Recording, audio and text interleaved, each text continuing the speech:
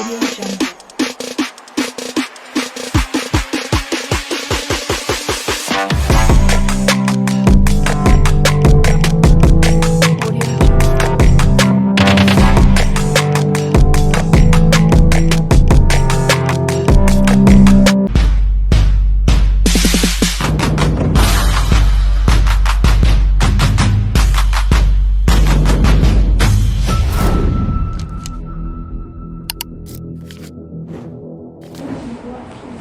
Assalamualaikum warahmatullahi wabarakatuh. Waalaikumsalam warahmatullahi wabarakatuh. Supaya suasananya tidak terlalu tegang, saya mau pantun dulu nih. Jawab cakep ya teman-teman. Yeay. Buah durian, buah kedondong. Cakep. Wahai generasi rebahan. Cakep. Perhatiin presentasi kami dong. Siap.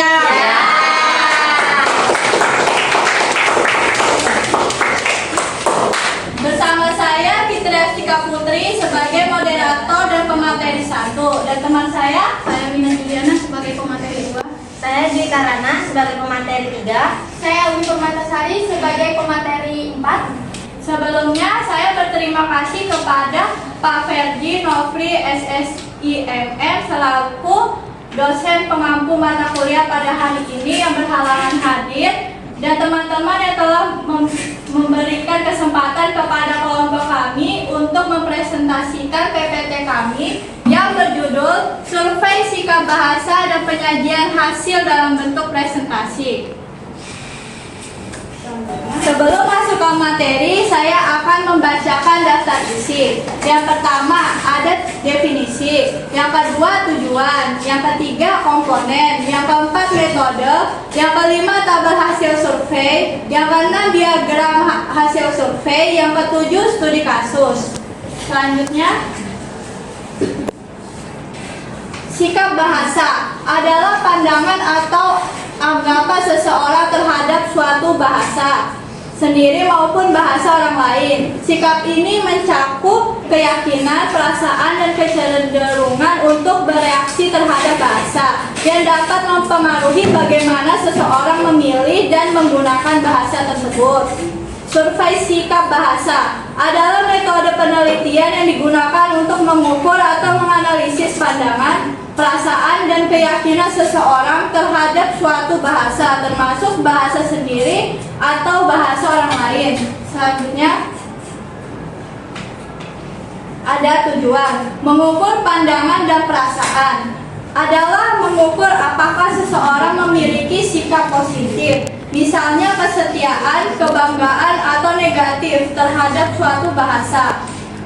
Yang kedua ada menganalisis komponen sikap, adalah mengevaluasi aspek emosional, pengetahuan, dan perilaku yang berkaitan dengan bahasa. Selanjutnya, yang ketiga, menilai kesetiaan dan kebanggaan, adalah mengukur seberapa bangga dan setia seseorang terhadap bahasanya sendiri, seperti bahasa Indonesia. Yang keempat, mengidentifikasi faktor-faktor pengaruh, adalah menemukan faktor-faktor yang memengaruhi sikap berbahasa, seperti topik pembicaraan, kelas sosial, atau situasi. Sekian penjelasan dari materi saya. Materi selanjutnya akan dijelaskan oleh teman saya yang bernama Wina. Untuk Wina saya persilakan. Baik, terima kasih kepada moderator yang telah mengizinkan saya untuk melanjutkan materi ini kepada teman-teman. Jadi sekarang kita masuk ke manfaat survei sikap bahasa, di mana survei sikap bahasa dilakukan untuk mengetahui bagaimana suatu masyarakat memandang dan menggunakan bahasa dalam kehidupan mereka. Dari survei ini diperoleh banyak manfaat yang penting bagi pelestarian dan pengembangan bahasa. Salah satunya adalah mengetahui tingkat loyalitas bahasa, di mana survei ini membantu kita melihat sejauh mana sih masyarakat tetap menggunakan sebuah bahasa dalam kehidupan sehari-hari, apakah masih kuat, mulai berkurang, atau meningkat. Sebagai contohnya, banyak orang yang lebih sering menggunakan bahasa campuran seperti Indonesia dan Inggris dalam percakapan sehari-hari mereka. Contohnya seperti OTW dulu ya, kita meet jam 7. Nah, survei ini bisa menunjukkan apakah kecenderungan ini semakin kuat, atau apakah mereka masih tetap menggunakan bahasa Indonesia baku dan bahasa daerah saat berbicara dengan keluarganya. Selanjutnya ada menjadi dasar pelestarian dan revitalisasi bahasa daerah, di mana data survei menunjukkan bahasa daerah yang terancam punah dan faktor penyebabnya, sehingga pemerintah atau komunitas bisa merancang program pelestarian yang tepat. Singkatnya, survei ini membantu kita menunjukkan bahasa daerah mana yang mulai terancam punah, serta apa penyebabnya. Sebagai contoh, banyak mahasiswa yang memahami bahasa daerah, tetapi tidak menggunakannya karena dianggap kurang keren dan kuno. Selanjutnya adalah evaluasi efektivitas program kebahasaan, di mana hasil survei dapat digunakan untuk menilai apakah program seperti gerakan literasi atau pembinaan bahasa sudah diterima di masyarakat, sekaligus menjadi bahan perbaikan jika ada hambatan. Hasil survei ini bisa digunakan untuk menilai apakah program kebahasaan seperti gerakan literasi atau pembinaan bahasa sudah diterima oleh masyarakat. Jika program ini belum efektif, data survei dapat menjadi bahan evaluasi dan perbaikan. Sebagai contoh, misalkan di kampus mengadakan program gerakan literasi bahasa Indonesia, tetapi masih sedikit mahasiswa yang membaca karya dunia atau buku lokal. Dari survei, kita dapat mengetahui penyebabnya. Apakah karena kurang menarik, platform digital kurang dimanfaatkan, atau metode penyimpanannya tidak sesuai gaya belajar anak muda. Selanjutnya, ada mendukung perencanaan dan kebijakan bahasa nasional. Survei memberikan gambaran pandangan masyarakat terhadap bahasa Indonesia dan bahasa lainnya, sehingga dapat menjadi dasar penyusunan kurikulum, aturan bahasa publik, dan kebijakan kebahasaan. Survei memberikan kita informasi mengenai pandangan masyarakat terhadap bahasa Indonesia maupun bahasa lain. Data ini dapat menjadi dasar penyusunan kurikulum sekolah atau penggunaan bahasa publik hingga kebijakan resmi negara. Jika survei menemukan bahasa istilah asing lebih dominan dibanding bahasa asli, pemerintah atau pihak pendidikan dapat membuat kampanye penggunaan bahasa Indonesia dengan cara kreatif dan dekat dengan dunia generasi muda, misalnya melalui influencer, musik, atau konten hiburan digital. Baik, kita masuk ke komponen, di mana saya akan jelaskan 3 komponen utama dalam survei sikap bahasa menurut Lambert, yaitu kognitif, afektif, dan komponen konatif. Ketiga komponen ini saling berhubungan dan membentuk cara seseorang memandang serta menggunakan bahasa dalam kehidupan sehari-hari mereka. Yang pertama adalah komponen kognitif, di mana bagian dari sikap berkaitan dengan pengetahuan, pemahaman, dan keyakinan seseorang terhadap suatu bahasa. Komponen ini menjawab pertanyaan seperti apa yang saya ketahui tentang bahasa itu, atau apakah manfaat bahasa tersebut. Sebagai contoh, kita mengetahui bahwa bahasa Indonesia adalah bahasa resmi negara dan wajib digunakan dalam penulisan ilmiah seperti makalah, jurnal, dan skripsi.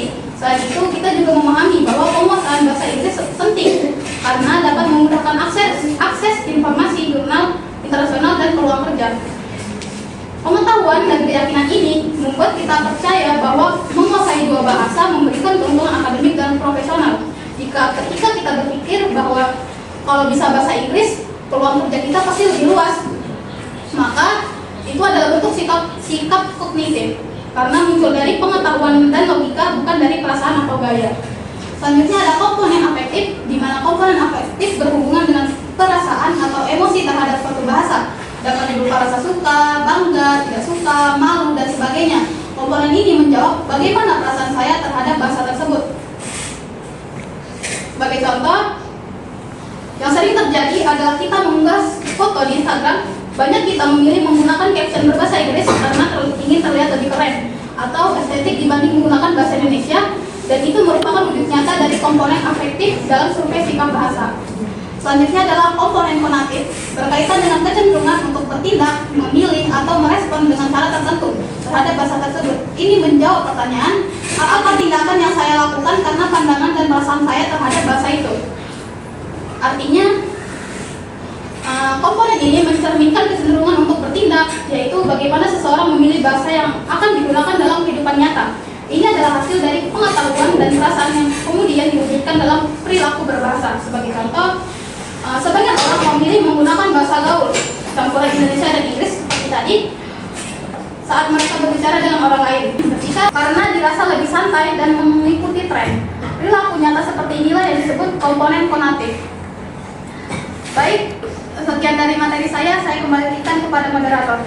Baik, terima kasih kepada Wina yang telah menjelaskan materi. Materi selanjutnya akan dijelaskan oleh Juju. Untuk Juju saya persilakan.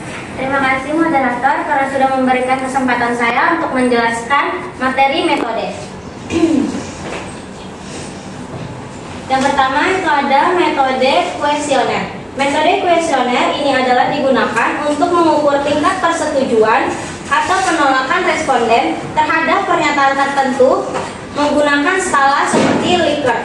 Misal pertanyaan yang sudah saya tuliskan di papan tulis. Saya bangga menggunakan bahasa Indonesia dalam presentasi.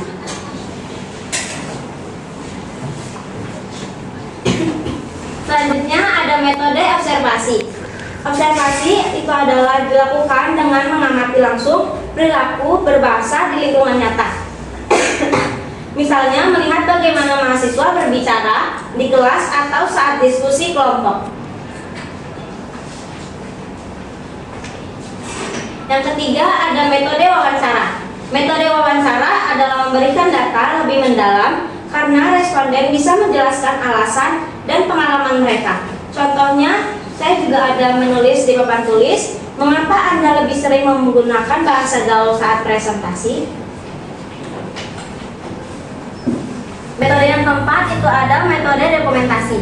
Metode dokumentasi itu adalah mengumpulkan bukti berupa rekaman suara, video, atau tulisan seperti chat dan postingan media sosial untuk melihat kegunaan bahasa sehari-hari. Keempat metode ini saling mendukung untuk menghasilkan gambaran yang akurat tentang sikap dan kebiasaan berbahasa seseorang. Berikut adalah contoh tabel hasil survei sikap bahasa. Di persentase 60% menunjukkan bahwa sebagian besar mahasiswa masih mengutamakan bahasa Indonesia dalam kegiatan akademik. Di persentase 25% terdapat kecenderungan campur kode. Di persentase 80% terdapat nilai tertinggi pada sikap terhadap bahasa baku. Di 70% menunjukkan kesadaran tinggi terhadap profesionalitas, kebanggaan berbahasa Indonesia juga cukup kuat. Dan yang terakhir itu persentase 65%, pengaruh media sosial cukup signifikan menunjukkan pergeseran gaya bahasa di ranah sosial. Sekian penjelasan dari saya kembalikan ke moderator. Baik, terima kasih kepada Juju yang telah menjelaskan materi. Untuk materi selanjutnya akan dijelaskan oleh Elmi. Untuk Elmi saya persilahkan. Baik, terima kasih kepada moderator Fitria yang sudah memberikan saya kesempatan untuk menjelaskan materi selanjutnya, yaitu contoh diagram hasil survei sikap bahasa berbentuk diagram Batak. Yang pertama ada pentingnya bahasa baku dengan tingkat 80% menjadi aspek dengan nilai tertinggi. Ini menunjukkan bahwa sebagian besar mahasiswa sadar bahwa penggunaan bahasa baku penting untuk menunjukkan profesionalitas, terutama dalam presentasi dan tugas akademik. Contohnya, saat presentasi, mahasiswa memberi kalimat baku seperti tujuan penelitian ini adalah untuk mengetahui faktor-faktor yang mempengaruhi perilaku berbahasa mahasiswa. Selanjutnya yang kedua, kebanggaan berbahasa Indonesia dengan tingkat 70%. Berada di posisi kedua tertinggi. Ini mencerminkan sikap positif mahasiswa terhadap bahasa nasional dan identitas kebangsaan. Contohnya, mahasiswa bangga menggunakan bahasa Indonesia saat kegiatan kampus dan lomba pidato. Lalu yang ketiga, pengaruh media sosial dengan tingkat 65%, yang juga cukup besar. Ini menunjukkan bahwa platform digital memiliki dampak yang signifikan terhadap gaya bahasa mahasiswa dalam kehidupan sehari-hari. Contohnya, kata-kata seperti besti, gasken, atau mabar sering muncul dalam percakapan sehari-hari. Lalu yang keempat, penggunaan bahasa Indonesia dengan tingkat 60%. Ini menunjukkan bahwa mayoritas mahasiswa tetap menjadikan bahasa Indonesia sebagai bahasa utama ketika berkomunikasi di kelas. Contohnya, diskusi kelompok dan tanya jawab dengan dosen umumnya memakai bahasa Indonesia. Lalu yang terakhir ada campur kode dengan tingkat 25%, menjadi aspek terendah. Ini menunjukkan campur kode tidak mendominasi dan biasanya hanya muncul pada situasi santai atau percakapan informal. Contohnya, mahasiswa berkata, nanti kita submit tugasnya sebelum deadline ya. Selanjutnya. Oke. Baik, sebelum lanjut ke materi studi kasus, saya ingin mengajak teman-teman untuk ikut berdiskusi bersama kami. Saya akan membacakan pernyataan dan teman-teman bisa menjawab benar atau salah. Siap teman-teman? Siap. Baik, kasus yang pertama, mahasiswa menggunakan bahasa Indonesia baku hanya ketika ujian. Sementara dalam presentasi mereka lebih sering memakai bahasa gaul. Menurut teman-teman ini benar atau salah? Salah. Ya, benar teman-teman. Jawabannya adalah salah. Sepertinya teman-teman sudah paham dengan penjelasan dari teman-teman saya sebelumnya. Alasannya, hasil survei menunjukkan bahwa 80% mahasiswa menganggap bahasa Indonesia baku sangat penting dalam presentasi, sehingga mereka lebih sering menggunakan bahasa baku pada kegiatan akademik, bukan hanya saat ujian. Selanjutnya kasus kedua. Pernyataannya, campur kode banyak digunakan mahasiswa karena pengaruh media sosial dan pergaulan sehari-hari. Menurut teman-teman, ini benar atau salah? Benar. Ya, benar sekali teman-teman. Jawabannya adalah benar. Alasannya karena survei menunjukkan 25% mahasiswa sering menggunakan campur kode dan 65% menyatakan media sosial mempengaruhi cara mereka berbahasa, sehingga campur kode terjadi terutama pada konteks santai. Selanjutnya yang terakhir ada kasus ketiga, kebanggaan menggunakan bahasa Indonesia di kalangan mahasiswa tergolong rendah. Menurut teman-teman ini benar atau salah? Salah.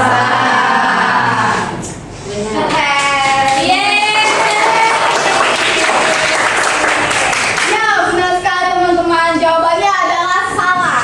Karena data survei menunjukkan 70% mahasiswa merasa bangga menggunakan bahasa Indonesia, terutama dalam kegiatan akademik. Angka ini termasuk kategori tertinggi.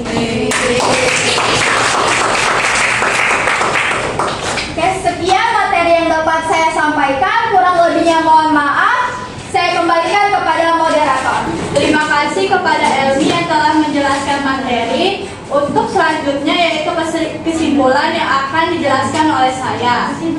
Kesimpulannya adalah survei sikap bahasa menunjukkan bahwa mahasiswa umumnya masih menggunakan bahasa Indonesia sebagai bahasa utama, namun sering melakukan campuran kode akibat pengaruh media sosial dan pergaulan. Bahasa baku lebih banyak dipakai dalam situasi formal, sementara kegiatan seperti presentasi masih dominan bahasa gaul. Meskipun kebanggaan terhadap bahasa Indonesia tergolong cukup tinggi, kesadaran untuk konsisten berbahasa dengan baik perlu ditingkatkan. Hasil survei ini menjadi dasar penting untuk perencanaan kebijakan bahasa dan upaya pelestarian bahasa di lingkungan pendidikan. Sekian penjelasan dari saya. Kami akan membuka kesempatan untuk berdiskusi secara lanjut. Silakan dari teman-teman semua, ada yang mau menanggapi? Untuk Heldiana, saya persilakan. Baik, terima kasih kepada moderator yang sudah memberikan saya kesempatan untuk bertanya. Perkenalkan, saya Heldi dari kelompok 2.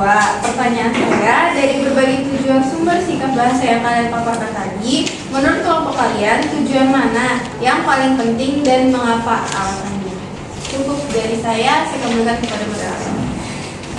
Baik, terima kasih kepada Heldiana. Pertanyaannya akan kami tampung terlebih dahulu. Pertanyaan selanjutnya, Andi Najwa, saya persilakan. Terima kasih kepada moderator. Perkenalkan, nama saya Hawa dari perwakilan dari kelompok 1. Menurut kalian, seberapa penting penggunaan bahasa yang baik dan benar dalam komunikasi sehari-hari? Terima kasih.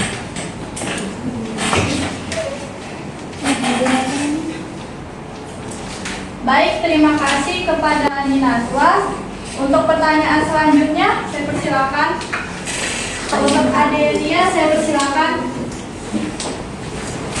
Terima kasih kepada moderator Fitria atas kesempatan yang telah diberikan untuk menyampaikan pertanyaan. Sebelumnya, perkenalkan, nama saya Adelia Putri, perwakilan dari kelompok 6. Dari berdasarkan materi yang dipaparkan dan dijelaskan oleh Elmi, bahasa gaul dari media sosial mendapat pengaruh 65%. Apakah hal ini perlu dikendalikan? Terima kasih, saya kembalikan kepada moderator.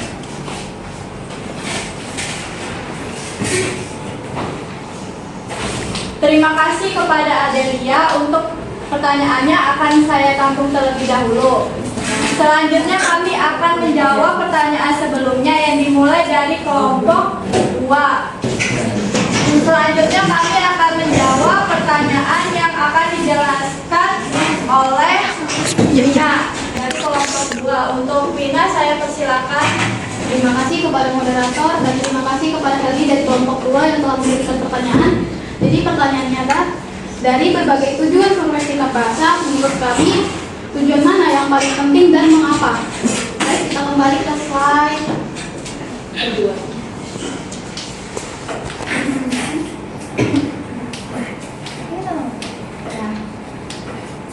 Nah, kita kembali ke slide tujuan. Jadi menurut kelompok kami, tujuan survei sikap bahasa yang paling penting adalah mengukur pandangan dan perasaan. Untuk mengukur apakah seseorang memiliki sifat positif, misalnya kesetiaan, kebanggaan, atau negatif terhadap suatu bahasa. Karena sikap positif terhadap bahasa merupakan dasar dari semua aspek penggunaan bahasa, baik dalam pendidikan, komunikasi sehari-hari, maupun kebijakan kebahasaan. Hal ini menjadi tujuan yang paling penting karena sikap bangga dan setia terhadap bahasa akan sangat menentukan bagaimana bahasa itu digunakan dalam kehidupan hari-hari. Sekian dari saya kembalikan kepada moderator. Baik, terima kasih kepada Wina yang telah menjawab pertanyaan. Bagaimana tanggapan kelompok 2? Baik, terima kasih kepada moderator yang telah memberikan saya kesempatan kembali. Terima kasih kepada Wina yang sudah menjawab pertanyaan saya. Sekarang saya jadi tahu tujuan penting menurut kelompok kalian adalah mengukur pandangan dan perasaan untuk menilai tingkat kesetiaan dan kebanggaan masyarakat terhadap bahasa. Cukup sekian yang dapat saya sampaikan. Saya kembalikan kepada moderator. Baik, terima kasih kepada Heldiana. Untuk pertanyaan selanjutnya akan dijelaskan oleh saya. Pertanyaannya, menurut kalian seberapa penting penggunaan bahasa yang baik dan benar dalam komunikasi sehari-hari? Penggunaan bahasa yang baik dan benar sangat penting karena bahasa baku digunakan untuk menjaga kejelasan formalitas dan efektivitas komunikasi, terutama pada situasi resmi seperti kelas, ujian, dan presentasi, sesuai tabel dan studi kasus di PPT. Sikap positif terhadap bahasa Indonesia mencerminkan kebanggaan dan identitas nasional, sehingga penggunaannya sangat dibutuhkan dalam komunikasi sehari-hari. Sekian jawaban dari saya. Untuk kelompok 1, bagaimana tanggapannya? Terima kasih kepada moderator. Saya rasa cukup jelas. Saya menjadi tahu penggunaan bahasa yang baik dan benar sangat penting karena membuat komunikasi menjadi lebih jelas dan tidak menimbulkan kesalahpahaman. Terima kasih. Baik, terima kasih kepada Andi Najwa telah memberikan tanggapan. Untuk pertanyaan selanjutnya akan dijelaskan oleh Elmi. Untuk Elmi, saya persilakan.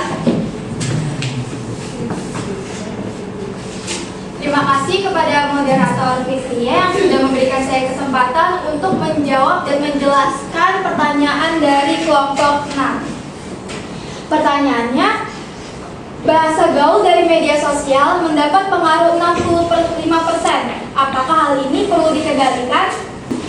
Jawabannya, iya. Perlu dikendalikan secara profesional, namun bukan dilarang. Dalam PPT dijelaskan bahwa media sosial sangat mempengaruhi campur kode dan penggunaan bahasa gaul agar bahasa baku tetap digunakan pada situasi formal. Pengaruh ini perlu diarahkan melalui pembinaan bahasa, kurikulum, dan kesadaran berbahasa tanpa menghilangkan kreativitas berbahasa anak muda. Sekian penjelasan dari saya kembalikan kepada moderator. Baik, terima kasih kepada Elmi yang sudah menjawab pertanyaan dari kelompok 6. Bagaimana tanggapan untuk kelompok 6? Terima kasih kepada moderator atas kesempatannya yang telah diberikan untuk menyampaikan tanggapan dari saya. Terima kasih atas jawabannya Elmi. Saya setuju bahwa bahasa gaul dari media sosial memang perlu dikendalikan secara profesional, bukan dilarang sepenuhnya. Penjelasannya Elmi sudah menunjukkan bahwa pengaruh media sosial cukup besar terhadap pergeseran penggunaan bahasa. Terima kasih atas tanggapan dari saya kembalikan kepada moderator.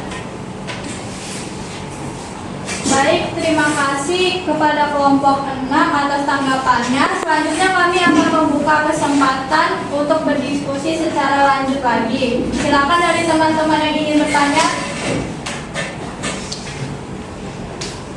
Untuk Alia, saya persilakan. Baik, terima kasih moderator atas kesempatannya. Perkenalkan, saya Alia, perwakilan dari kelompok 4. Pertanyaannya, komponen mana yang paling berpengaruh terhadap cara seseorang menggunakan bahasa? Jelaskan pendapat kelompok kalian. Terima kasih. Baik, terima kasih kepada Alia. Untuk pertanyaannya akan saya tampung terlebih dahulu. Pertanyaan selanjutnya kepada Marsha, saya persilakan. Baik, terima kasih kepada moderator yang telah mengizinkan saya untuk bertanya. Perkenalkan, nama saya Marsha dari kelompok 3. Pertanyaan saya, apakah kebijakan bahasa yang ada saat ini sudah sesuai dengan kebutuhan masyarakat? Sekian pertanyaan dari saya kembalikan ke moderator. Baik, terima kasih kepada Marsha yang telah bertanya. Untuk selanjutnya kami akan menjawab pertanyaan sebelumnya yang akan dijelaskan oleh Juju. Untuk Juju, saya persilakan. Terima kasih moderator yang sudah memberikan kesempatan saya untuk menjelaskan pertanyaan dari kelompok 4. Pertanyaannya adalah komponen mana yang paling berpengaruh terhadap cara seseorang menggunakan bahasa? Jelaskan pendapatmu. Jadi, komponen fonatif paling berpengaruh karena komponen ini menyangkut tindakan atau perilaku nyata seseorang dalam berbahasa. Komponen konatif menentukan bagaimana seseorang benar-benar memilih bahasa mulai dari bahasa baku, bahasa gaul, atau campur kode. Sekian penjelasan dari saya kembalikan ke moderator. Baik, terima kasih kepada Jojo yang telah menjawab pertanyaan dari kelompok 4. Bagaimana tanggapan untuk kelompok 4? Terima kasih kepada moderator dan pemateri Juju sudah menjawab pertanyaan saya menjadi tahu komponen mana yang paling berpengaruh, yaitu komponen konotatif, berpengaruh pada perilaku nyata seseorang untuk memilih bahasa dari bahasa baku, bahasa campuran, dan bahasa gaul. Terima kasih. Selanjutnya kami akan menjawab pertanyaan sebelumnya yang akan dijelaskan oleh Elmi. Untuk Elmi, saya persilakan. Baik, terima kasih kepada moderator Fitria yang sudah memberikan saya kesempatan untuk menjawab pertanyaan dari kelompok 3. Apakah kebijakan bahasa yang ada saat ini sudah sesuai kebutuhan masyarakat? Jawaban dari kami, berdasarkan isi PPT, kebijakan bahasa perlu terus menyesuaikan perkembangan karena survei menunjukkan pengaruh besar media sosial yaitu 65% dan penggunaan bahasa gaul serta campur kode. Artinya, kebijakan bahasa dapat dikatakan cukup sesuai, namun perlu diperbarui agar relevan dengan kebutuhan masyarakat modern, terutama generasi muda Sekian jawaban dari saya kembalikan kepada moderator. Baik, terima kasih kepada Elmi yang telah menjawab pertanyaan dari kelompok 3. Bagaimana tanggapan dari kelompok 3? Baik, terima kasih kepada moderator yang telah mengizinkan saya untuk menanggapi dari jawaban Elmi.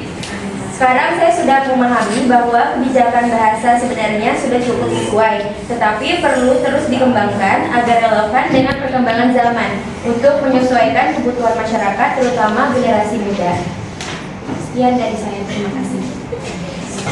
Baik, terima kasih kepada Marsha atas tanggapannya. Sebelum saya mengakhiri presentasi dari kelompok kami, sedikit pesan kata pada hari ini. Remember, every small step you take brings you closer to your goals.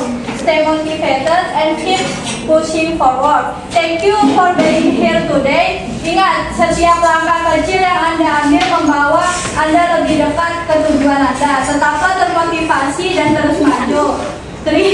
Terima kasih telah